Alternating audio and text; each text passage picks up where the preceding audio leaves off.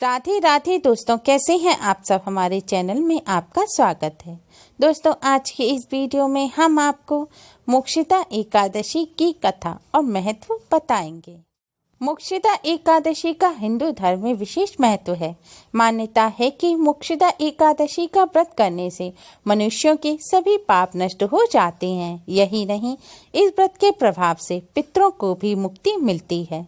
माना जाता है कि यह व्रत मनुष्य के मृतक पूर्वजों के लिए स्वर्ग के द्वार खोलने में मदद करता है।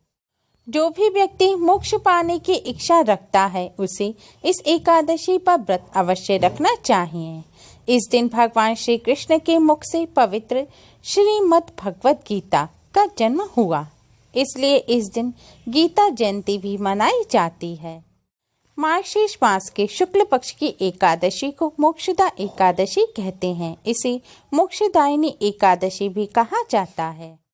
विष्णु पुराण के अनुसार मोक्षदा एकादशी का व्रत हिंदू वर्ष की अन्य 23 एकादशियों पर उपवास रखने के बराबर है। इस एकादशी का पुण्य पितरों को अर्पण करने से उन्हें मोक्ष की प्राप्ति होती है। वे नरक की यातनाओं से मुक्त होकर स्वर्ग लोक प्राप्त करते हैं। मान्यता के अनुसार जो मोक्षदा एकादशी का व्रत करते हैं, उनके सभी पाप नष्ट हो जाते हैं और उन्हें जीवन मरण के बंधन से मुक्ति मिल जाती है, यानी कि मोक्ष की प्राप्ति हो जाती है। और मोक्षदा एकादशी की कथा को सुनने मात्र से ही पितरों की आत्मा को शांति मिलती है। पितृदोष दूर होते हैं। भगवान विष्णु, माता लक्ष्मी जी की कृपा से सभी कष्टों और संकटों से मुक्ति मिलती है।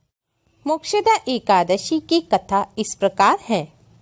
एक बार महाराज युधिष्ठिर भगवान श्री कृष्ण से बोले, हे भगवान, आप तीनों लोकों के स्वामी, सबको सुख देने वाले और जगत के पति हैं। मैं आपको नमस्कार करता हूँ।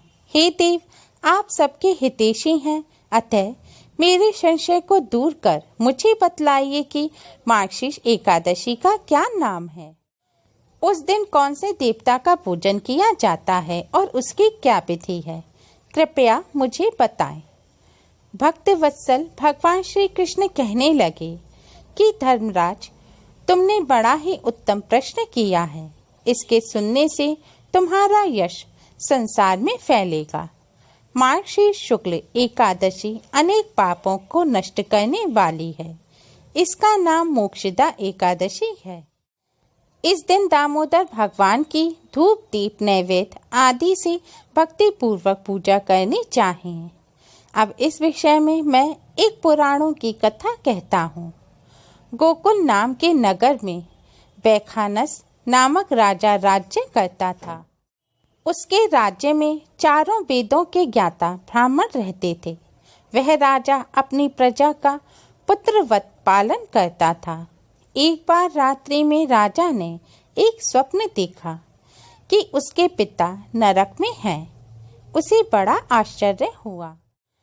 प्रातः वह विद्वान ब्राह्मणों के पास गया और अपना स्वप्न सुनाया। कहा, मैंने अपने पिता को नरक में कष्ट उठाते देखा है। उन्होंने मुझसे कहा है कि हे पुत्र, मैं नरक में पड़ा हूँ, यहाँ से तुम मुझे मुक्त कराओ।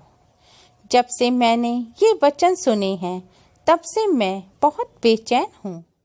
चित्त में बड़ी अशांति हो रही है। मुझे इस राज्य, धन, पुत्र, स्त्री, हाथी, घोड़े आदि में कुछ भी सुख प्रतीत नहीं हो रहा। मैं क्या करूं? हे ब्राह्मण देवताओं, इस दुख के कारण मेरा सारा शरीर जल रहा है।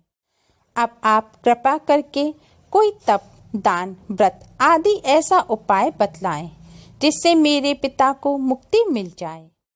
उस पुत्र का जीवन व्यर्थ है जो अपने माता पिता का उद्धार ना कर सके।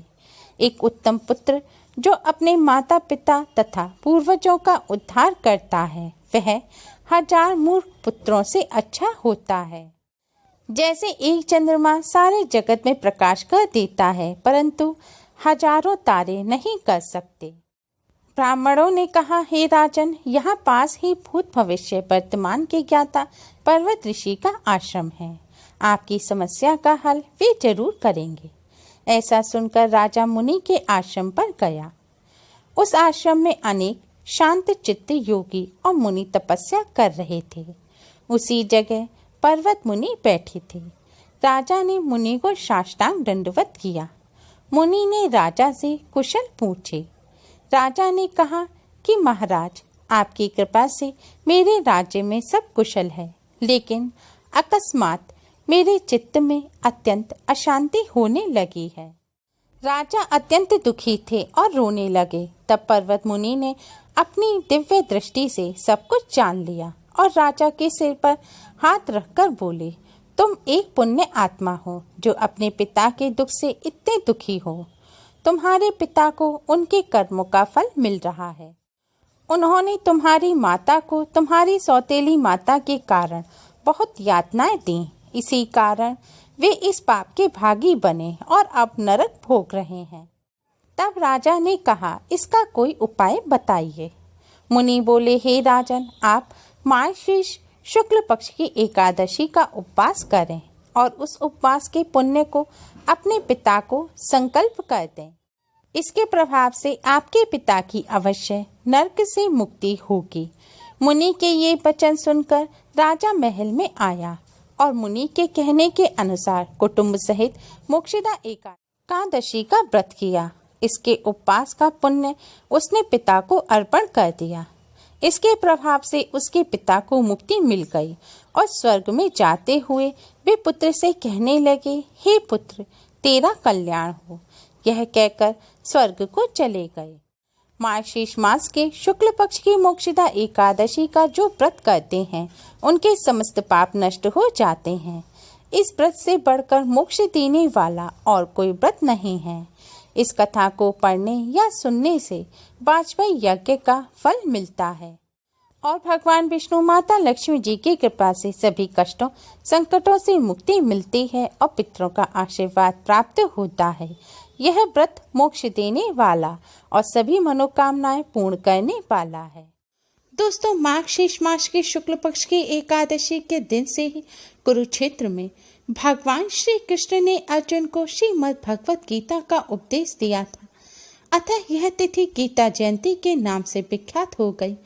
इस दिन से गीता पाठ का अनुष्ठान प्रारंभ करें तथा प्रतिदिन थोड़ी देर गीता अवश्य पढ़ें।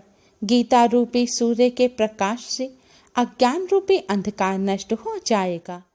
वैकुंठ एकादशी को मुक्कोटी एकादशी के नाम से भी जाना जाता है। ऐसी मान्यता है इस दिन वैकुंठ, जो कि भगवान विष्णु जी का निवास स्थान है, का द्वार खुलता है। जो श्रद्धालु इस दिन एकादशी का व्रत करते हैं, उनको स्वर्ग की प्राप्ति होती है और उन्हें जन्म मरण के चक्र से मुक्ति अर्थात मोक्ष मिल जाता है।